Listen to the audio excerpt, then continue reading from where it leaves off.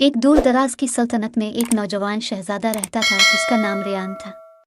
वो अपने महल की मसरूफियात से तंग आकर अकेले शेर को निकल जाता। एक दिन वो एक ऐसे खेत में जा पहुंचा जहां हरी हरी मटर की बेलों से लदा हुआ खेत था। खेत की खूबसूरती ने उसे मशहूर कर दिया। थक कर भूख लगने पर उसने कुछ मटर तोड़े और खा लिए। मगर जैसे ही इसने एक मटर चबाते हुए खोला, एक चमकती हुई रोशनी निकली और उसके सामने एक हुसैन शहजादी खड़ी थी। शहजादी के गहरे सब्ज रंग के बाल थे जो मटर की बेलों जैसे लचकदार थे, और उसकी आंखें हरियाली की तरह चमक रही थीं।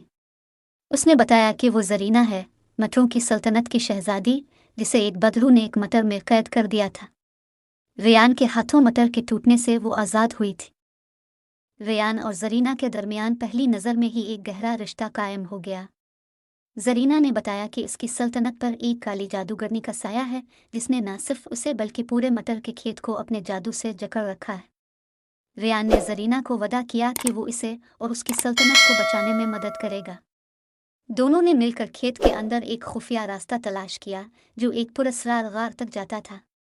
गार के अंदर जादूगरनी का ठिकाना था, जहां वो एक जहरीले पौधे की मदद से मटर की सल्तनत की ताकत चूस रही थी। जरीना ने बताया कि इस पौधे को तबाह किए बगैर जादूगरनी को शिकस्त नहीं दी जा सकती। रेयान को जहरीली बैलों से भरे जंगल से गुजरना पड़ा। जरीना ने अपने बालों से एक जादुई रस्सी बनाई जिसकी मदद से रेयान ने बैलों को काट कर रास्ता बना लिया। जादूगरनी ने उनके सामने एक ऐसा आईना रखा जो रेयान को इसके खौफ के रूप में दिखाता था। जरीना ने रेयान को याद दिलाया कि मोहब्बत खौफ पर गालिब आती है, और रेयान ने आईने को तोड़ दिया। आखिरी जंग जादूगरनी ने अपना आखिरी हथियार, एक आग के ड्रैगन को भेजा,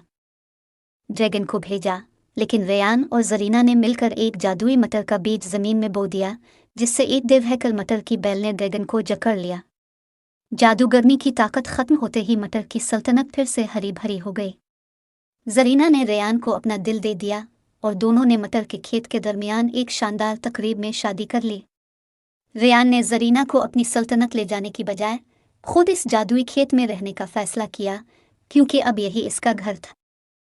कहानी का इख्तिताम इस पर होता है कि रेयान और जरीना की मोहब्बत ने न सिर्फ मटर की सल्तनत को बचाया बल्कि दोनों की सल्तनतें भी अमन और खुशहाली से जड़ गईं। कहा जाता है कि आज भी अगर कोई मटर के खेत में जाए तो वहाँ मोहब्बत की एक मीठी खुशबू महसूस होती है।